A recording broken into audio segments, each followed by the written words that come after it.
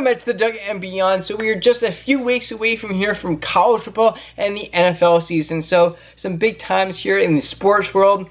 But not only that, but for college football, it is now Archie Manning time for Texas in Austin, Texas. The Longhorns, as he actually had about, I think, 1 game in his first year. And then he actually played in 10 games last year because of Quinn Ewers had an oblique injury, which is the side of your body, your side ribs, your abs area.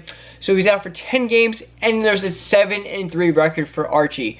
I think of those two losses there were kind of pretty close. I think one was a blowout, and kind of reversed for the 7 losses. Majority of them were all pretty comfortable wins for Texas, so nothing too bad there.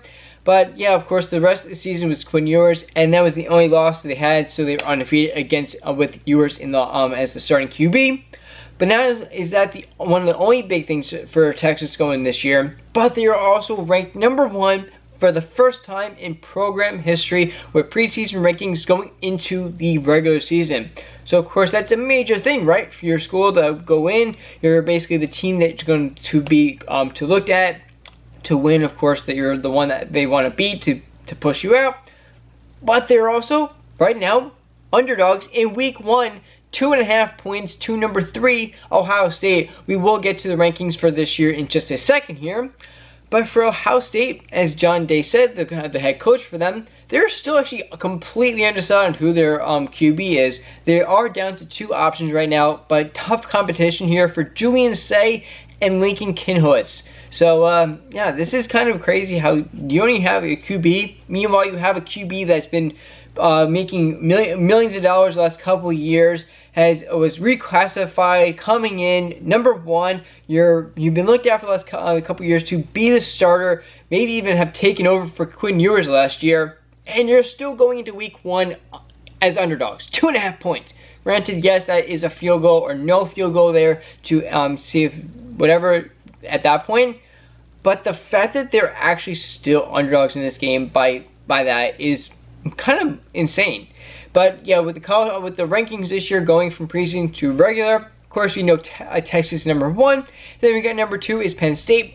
As for mentioned, we got Ohio State at #3 and Clemson at #4, which actually is a little bit different than what we had last year. Some were in it, some were out of it here.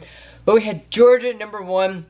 We had Ohio State #2, so they just went down a ranking here. We had Oregon. Oregon wasn't even in the ranking this year, and they're actually, I think, 4th or 5th right now on the actual ranking for preseason. And then we got #4, Texas. So they got bumped up a few things here. But of course, Ohio State's really been kind of a menace to a bunch of teams here in not just the recent history. As of course we had Ohio State actually destroy Oregon last year in the playoffs there.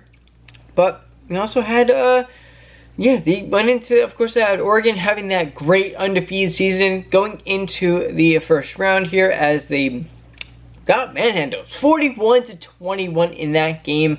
So yeah, that was not really a good thing for them. It looked like Ohio State could have ran away with like 60-something points in that game, but it kind of did look like they backed off a little bit towards the point of it. But also it's a playoff game. And also that would hurt the players, of course, draft stock, and basically just like kind of maybe put out a little investigation on them. So I'm not really sure if they did back off, or Oregon actually kind of figure something out to try and stop them a little bit. Oregon did come out and get 21 points in this, so it's not like they really just got destroyed, but they got destroyed for a playoff game and for a team that was coming into this undefeated. But then we, of course, did have for Texas, we did have them losing to Ohio State in the semifinals. But yeah, that was a big one there as they lost in their 28-14. And then we had, they went on to actually win the national championship. So that might be a little bit of a reason why they might be the underdogs this year. But still, it's not really making too much sense on that front. But that might be just the reason why they're coming off, hey, like they just did this, like they just beat these couple of teams. They're still here, even though they have no real actual QB listed as of yet. But yeah, so we have here Oregon is #7. with Georgia is coming in number 5, and Notre Dame 6, Alabama 8, 9 LSU, and rounding out number 10 here we have Miami, which we of course have with Beck on that team, as he did transfer over from before, but yeah, he from Georgia, yeah, he actually transferred from Georgia.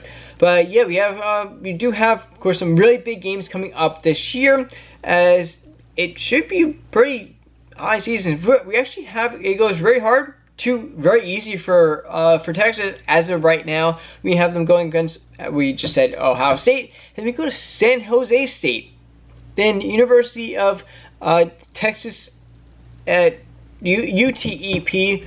Completely, I'm blanking on what that is, but another school in Texas there.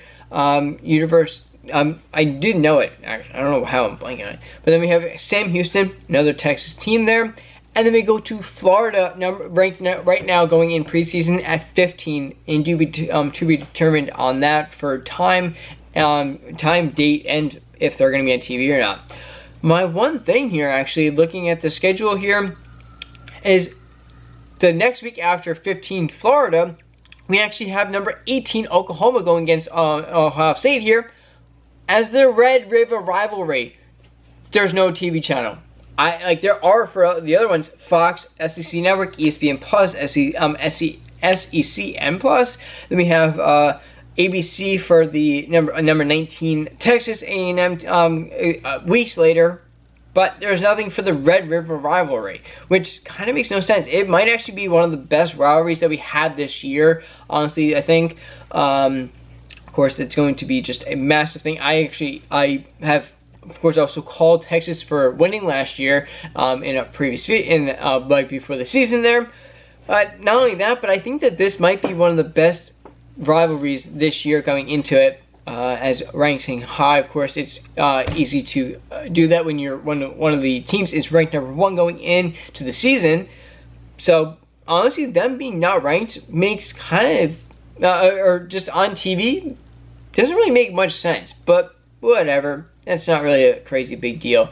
But yeah, this is insane how they're going into this year. And of course, we have the Manning family is just legendary. If you're not aware of where this is, so we have the grandpa Archie Manning played for a number of years for the Saints there, and he actually every single we have Archie Manning and also Eli Manning both playing Ole Miss, with Peyton Manning, the two uncles here, Peyton and Eli, with Peyton playing at Tennessee.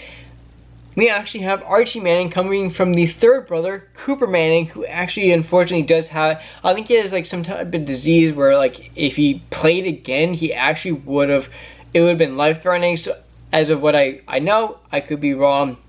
Please correct me if I am wrong. I'm pretty sure there is a unfortunate disease there in the for him, which would have been obviously awesome if you could have all you and your 3 sons playing, and then of course pass it down the line.